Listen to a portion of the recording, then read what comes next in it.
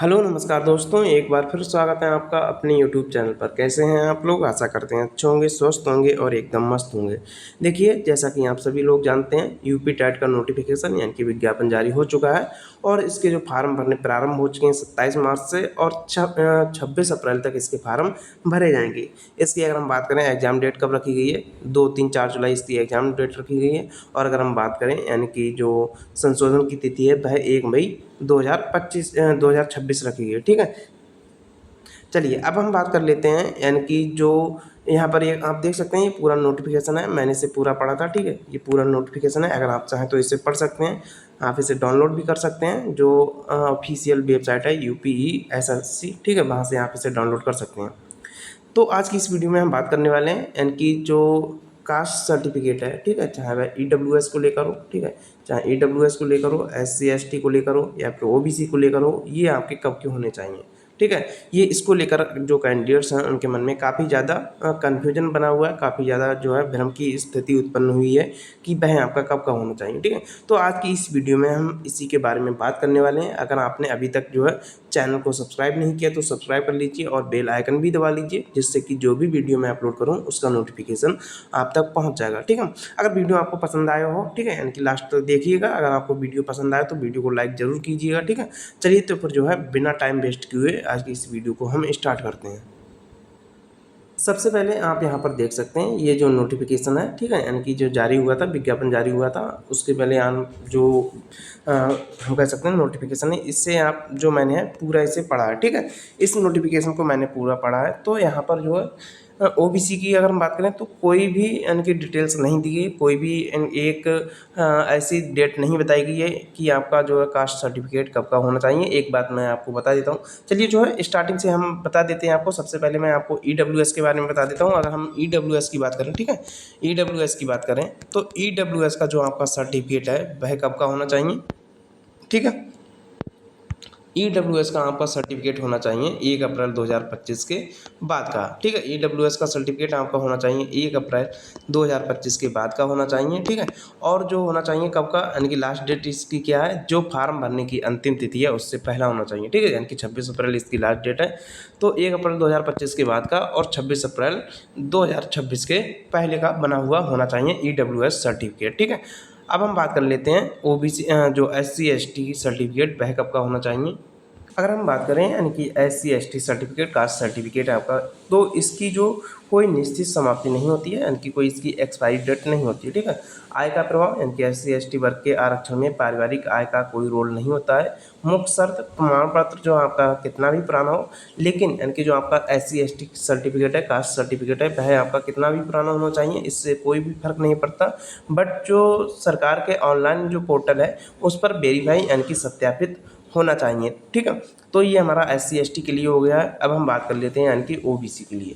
सबसे पहले अगर हम बात करें OBC का जो कास्ट सर्टिफिकेट होता है वह हमारा 3 साल से अधिक पुराना नहीं होना चाहिए। नॉर्मली क्या होता है, 3 साल से अधिक का पुराना नहीं होना चाहिए। ठीक है, और यहाँ पर आपको जो है नॉन क्रीमी लेयर होता है और जो क्रीमी लेयर होता है। नॉन क्रीमी लेयर क्या होता है, जिनकी जो आय होती है, वार्षिक आय होती है, वह 8 लाख से कम होती है। ठीक है, और जो क्रीमी लेयर में आते हैं उनकी जो वार्षिक आय होती है 8 लाख से अधिक होती है। ठीक है, अगर आपकी जो नॉन क्रीमी लेयर सर्टिफिकेट है तो आपको जो इसका OBC इसका जो है आरक्षण यानी कि रिजर्वेशन दिया जाएगा। अगर आपकी जो क्रीमी लेयर का कास्ट सर्टिफिकेट है तो आपको इसका जो है लाभ नहीं दिया जाएगा आरक्षण का। ठीक है, अगर हम बात कर लेते हैं यानी कि जो आपका कास्ट सर्टिफिकेट है OBC, ये कब का होना चाहिए, तो इसकी कोई भी डेट नहीं दी गई है। ठीक है, हालांकि नॉर्मली ये 3 साल तक होता है, यानी 3 साल तक वैलिड होता है। ठीक है, तो आप कोशिश कीजिएगा आपका जो कास्ट सर्टिफिकेट है OBC, एक तो आपका अगर नॉन क्रीमी लेयर का होना चाहिए तभी आपको रिजर्वेशन मिलेगा, और दूसरा आपका 3 साल से ज़्यादा पुराना नहीं होना चाहिए।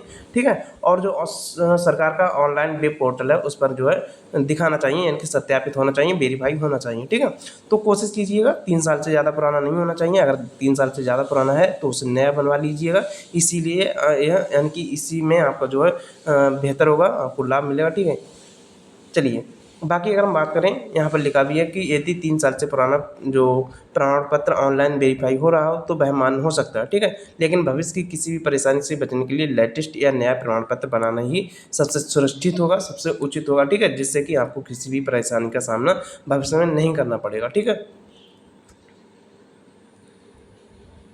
और जो नोटिफिकेशन आया उसमें भी मेंशन नहीं किया गया कि आपका कास्ट सर्टिफिकेट इतनी डेट तक होना चाहिए या फिर इसकी कोई वैलिडिटी नहीं बताई गई है। ठीक है, तो कोशिश कीजिएगा आप नया ही बनवा लीजिएगा अगर आपका ज़्यादा पुराना है। बाकी अगर 3 साल से कम है, ठीक है, यानी कि 3 साल से कम पुराना है सॉरी, ठीक है, यानी कि 3 साल से कम पुराना है तो आप उसे एक पते के लगा सकते हैं, यानी कि उसको अटैच कर सकते हैं। लेकिन अगर आपका 3 साल से ज़्यादा पुराना है तो कोशिश कीजिएगा नया ही बनवा लीजिए। ठीक है, बाकी अगर हम बात करें यहाँ पे यूपी टेट के मैनुअल के बारे में, यहाँ पर आपको क्या होगा, यानी कि जिस प्रकार से आपका फार्म भरा जाएगा उसी का प्रारूप आपको यहाँ पर देखने को मिल जाएगा। ठीक है, इस प्रकार से आपको प्रारूप देखने को मिल जाएगा। यहाँ पर आपको जो है OTR वाला, यानी कि सबसे पहले आपको OTR करना पड़ेगा। ठीक है, अगर आपने OTR कर लिया तो आप यहाँ पर कैंडिडेट लॉगिन करके इसे, यानी कि जो प्रोसेस है इसकी आगे बढ़ा सकते हैं। ठीक है, इस प्रकार से सभी आपको जो है प्रोसेस, यानी कि स्टेप बाय स्टेप पूरा कर लेना, कंप्लीट कर लेना। ठीक है, जैसे ही आप जाएंगे, यानी कि कंप्लीट करते जाएंगे तो यहाँ पर आपको जो वेरिफिकेशन के लिए 3 चीज़ों की जरूरत, यानी कि 3 डॉक्यूमेंट की ज़रूरत होगी। एक आधार कार्ड, दूसरा ड्राइविंग लाइसेंस और तीसरा हमारा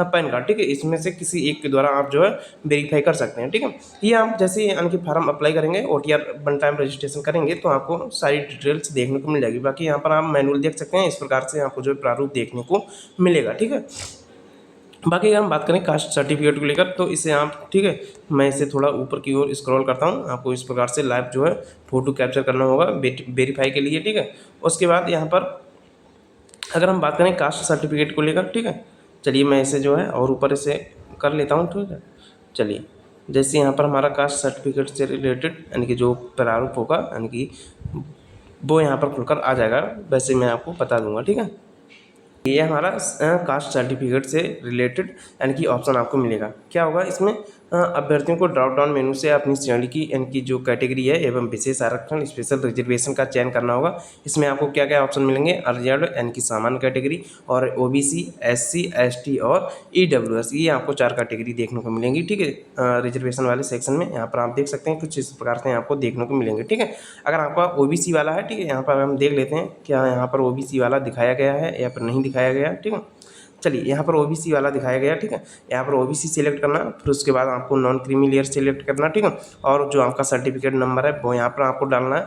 और अगर हम बात करें, यानी कि जो आउट इश्यूइंग डेट है वह यहाँ पर जो डेट दी गई है, ठीक है, यानी कि जो इसमें हालांकि 2070 तक की डेट दी गई है और काफ़ी पहले, यानी कि जो सन दी गई है 2070 तक की दी गई है और काफ़ी पहले की भी दी गई है। ठीक है, तो इसमें यानी कि इन्होंने कोई एक फिक्स डेट नहीं दी है कि इतनी डेट तक आपका जो कास्ट सर्टिफिकेट होना चाहिए। ठीक है, बाकी मैंने आपको बता दिया, यानी कि 3 साल से आपका ज़्यादा पुराना नहीं होना चाहिए। ठीक है, चलिए तो इस प्रकार आप जो है अपना फार्म भर सकते हैं। ठीक है, अगर आपको किसी भी प्रकार की कोई भी समस्या आती है तो आप कमेंट बॉक्स में बता दीजिए, आपको रिप्लाई कर दिया जाएगा। ठीक है, बाकी अगर वीडियो आपको पसंद आया हो तो लाइक कर लीजिए, चैनल को सब्सक्राइब कर लीजिए। मिलते हैं अगली वीडियो में, तब तक के लिए थैंक यू।